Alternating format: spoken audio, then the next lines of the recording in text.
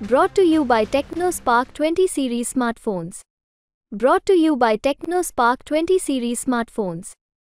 I'm superhuman. ये दृश्य है दौसा की। दौसा भी पहुंचे थे मुरारी लाल मीणा का फॉर्म भरवाने के लिए और उन्होंने कहा दोनों ही जगहों पर कि पहले मैं सरकार में था आया था तो सबसे कम वोट से मुरारी लाल मीणा की पत्नी सविता मीणा हारी थी। इस बार वो कसर पूरी कर देना। मुरारी लाल मीणा तो सांसद रहेंगे ही, मैं भी आकर सेवा करता रहूँगा। और अनिल चोपड़ा जैसे नौजवान नेता के लिए भी उन्होंने वोट मांगे। कांग्रेस में एक बात इस बार देखी जा रही है, चाहे आप चूरू चले जाइए, बीकानेर चले जाइए, नागौर चले जाइए, दौसा चले जाइए या फिर जयपुर ग्रामीण में चले जाइए, बड़े नेताओं के ऊपर झगड़ा है। जो पूर्व विधायक हैं, कार्यकर्ता हैं, वो एक जाजम पर बैठने के लिए तैयार हैं, मगर बड़े नेता सीखेंगे क्या? मुझ पर भड़ास निकालने के बजाय क्या अच्छा होता कि सचिन पायलट और अशोक गहलोत एक कप चाय पीते हुए दिखाई देते और एक साथ घूम घूम कर नामांकन कराते। मगर जो हकीकत है मैं वही बता देता हूँ, तो फिर कई लोगों को मिर्ची लग जाती है। मगर दौसा की सीट ऐसी है जहाँ पर बीजेपी में भी बड़ा पंगा है। क्या डॉक्टर किरोड़ी लाल मीणा की बात नहीं मानी गई? कन्हैया लाल मीणा वैसे तो 4 बार के पूर्व विधायक हैं, मगर एक बार जमानत भी जब्त हो चुकी है। आज घनश्याम तिवारी गए थे उन्हें फॉर्म भरवाने के लिए, मगर दौसा में सबसे ज़्यादा जिसका डंका बजता है डॉक्टर किरोड़ी लाल मीणा नहीं पहुँचे। उनके नहीं पहुँचने को लेकर बीजेपी के कार्यकर्ताओं में तरह तरह की बातें हो रही थी कि बाबा व्यस्त हैं क्या, या बाबा कहीं मस्त हैं क्या, आए क्यों नहीं, गुस्से में हैं या फिर तबीयत नासाज है, पता नहीं। मगर मैंने कल भी कहा था, जो गति तोरी वो गति मोरी।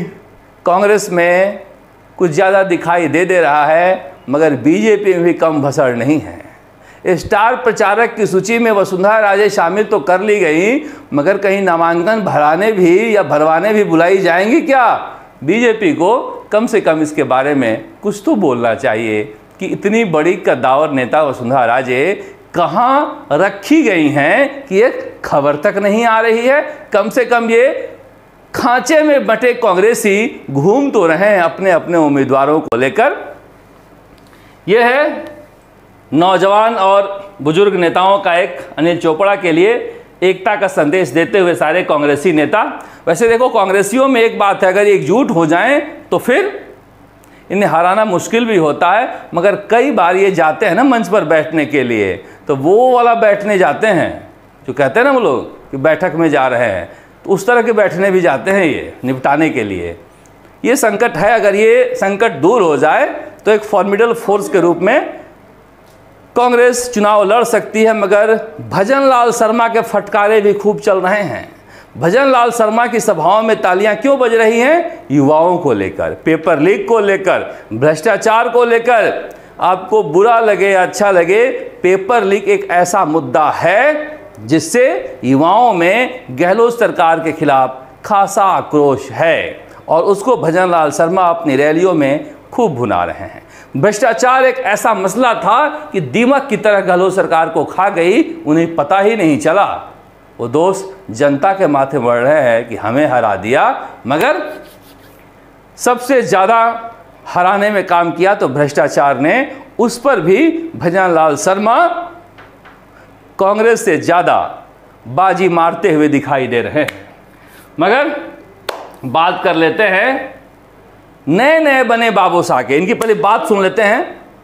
बेटो प्राकल बैठो को कटे मैं बिगड़ सर पर हाथ रख के कह सकूं, आज तक की पार्टी के वास्ते कोई भी उम्मीदवार बनो, राजेंद्र राठौड़ जिंदगी में कदे जाति देखी न पाती देखी, जान लड़ा दी भी के वास्ते। और मेरी आंखों में आंसू आ जाए जब मेरी इतनी तपस्या के बाद आज मैंने सामंत के वे मैं तो डर ही गया था कि राजेंद्र राठौड़ आज रो देंगे क्या। कई बार अपना किया हुआ भी वापस आता है। कि मेरे घर में आया हो या मैं घर कर गया हूं। राजेंद्र राठौड़ ये बात तो सही कह रहे हैं कि मैंने कभी जाति की राजनीति नहीं की, मगर ये बात गलत कह रहे हैं कि हमने किसी को हराने या जिताने का काम नहीं किया, यानी हराने का काम नहीं किया। ये काम खूब किए हैं, मगर जाति को लेकर इनका आग्रह, जो आरोप लग रहे हैं, वही करता था।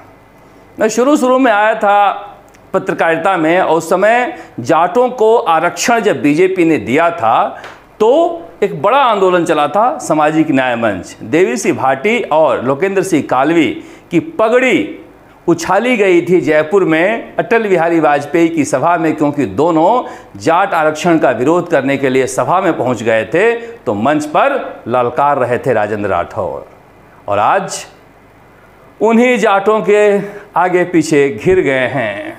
देखिए कैसे इतिहास आपको उस मोड़ पर लाकर खड़ा कर देती है। इनके आसपास कौन घुमा करता था?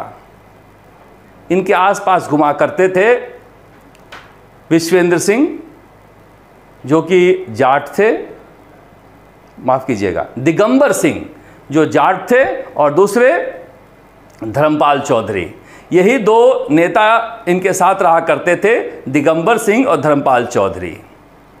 बाकी तो भैरव सिंह से लेकर, प्रताप सिंह से लेकर, सुरेंद्र राठौड़ से लेकर लंबी फेहरिस्त है कि नए नए बने बाबोसा के राजपूतों से कभी पटी नहीं।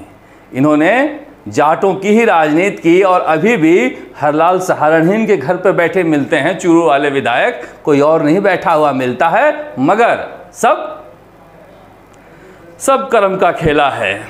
आज जाट इनके खिलाफ हो गए, मगर क्या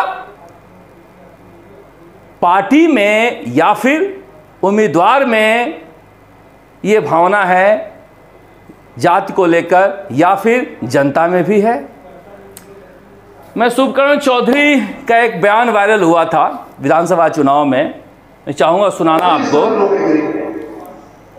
बड़ा बहुत बड़ा बोले यार भागे 40 साल नौकरी करी है, अब वो बुढ़ापा में जाए हो काम तक मुझे विधान साहब ना बोला के करा साहब के करो से ना बड़ा आदमी गांव में फैल तो मैंने माने ने बोला के फर्क पड़ा है 2 मिनट दाना लाग गया ना अठे करी होगा संस्कार अठे आप गुबा होता। आज राजेंद्र राठौड़ शुभकरण चौधरी का पर्चा भरवाने गए हुए थे। पता है इसमें शुभकरण चौधरी क्या बता रहे हैं? कहानी सुना रहे हैं कि दीवार पर चिपका हुआ राजपूत भी अच्छा नहीं होता। अगर किसी राजपूत की तस्वीर दीवार पर लगी है तो वो भी अच्छा नहीं है। आप समझिए ये बीजेपी के हैं, और वो दूसरे वाले जो फटकारे मार रहे हैं वो कांग्रेस के हैं। इसीलिए नेताओं के चक्कर में मत फंसिए, ये सारे वही मांझे हैं जो गले लगकर गला काटते हैं। राजेंद्र राठौड़ का दुख कई तरह के हैं, और इस बार जिस तरह से टिकट नहीं मिला, चुनाव हारे, आगे की राजनीति क्या होगी? 7 बार के विधायक के लिए ये आसान नहीं होता। मगर राहुल कसवा आज जब भाषण दे रहे थे तो मैं उनको सुन रहा था, काफ़ी ओजस्वी भाषण दिया। हालांकि देखिए पूरे भाषण में उन्होंने एक बार भी केंद्र की बीजेपी सरकार और प्रधानमंत्री नरेंद्र मोदी पर हमला नहीं बोला। उल्टे कहा कि चूरू में एक ही सबसे बड़ा मुद्दा है, और वो है प्रधानमंत्री फसल बीमा योजना, जो प्रधानमंत्री नरेंद्र मोदी अपनी उपलब्धि गिनाते हैं। बाकी कुछ भी नहीं बोला, सिर्फ राजेंद्र राठौड़ टारगेट थे, और बाकी के कांग्रेसी जो मंच सजाने गए थे पानी पी पी कर लोकतंत्र बचा रहे थे। मैं देख रहा था कि प्रत्याशी और प्रचार करने वाले नेताओं की सोच में कितना फ़र्क है। गुंजल के साथ भी यही हो रहा है, वो भी ओम बिरला को ही कोस रहे हैं। उनको कांग्रेस और कांग्रेस की विचारधारा से कोई मतलब नहीं है, मगर करें क्या। उधर हनुमान बेनीवाल ने भी पर्चा भरा। हनुमान बेनीवाल के साथ भी सारे युवा नौजवान कांग्रेस के विधायक, पूर्व विधायक जमकर खड़े हैं, और हनुमान बेनीवाल के समर्थकों को मज़ा नहीं आ रहा है क्या? पता नहीं। एक उनके समर्थक ने कहा कि भाषण में मज़ा नहीं आया। दरअसल हुआ क्या है कि हनुमान बेनीवाल वक्त के साथ साथ थोड़ा शालीन भी बनते जा रहे हैं और दर्शक वैसे ही निकले।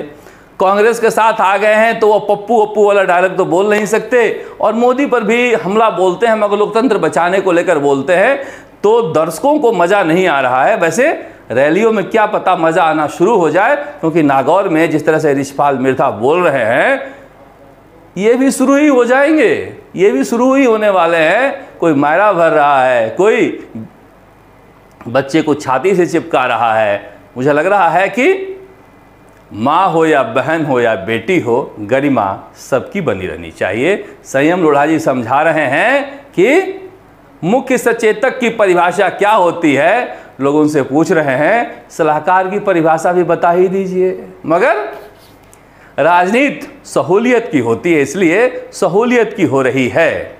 अब सुदर्शन सिंह रावत की जगह किसको टिकट मिलेगा, एक नया प्रस्ताव गया है कि उनके बुजुर्ग पिता लक्ष्मण सिंह रावत को ही दे दिया जाए। क्या कार्तिक चौधरी में कोई परेशानी है, पता नहीं। अब रामचंद्र चौधरी के सारे ट्वीट और मुकदमे दिल्ली भेज दिए गए हैं। लोग पूछ रहे हैं क्या टिकट बदलेगा। राजनीति का मजा चुनाव में खूब आएगा और मज़ेदार बातें हम आपको सुनाते रहेंगे, बताते रहेंगे। नेता अपने आप में मज़ेदार हैं, मज़ा ले लीजिए। चुनाव के बाद यही मज़ा लेंगे, हमें तो सजा ही मिलनी है, इसलिए कम से कम 26 अप्रैल तक तो मज़ा ले ही सकते हैं हम। आप देखते हैं राजस्थान तक। नमस्कार, जयपुर से शरद कुमार।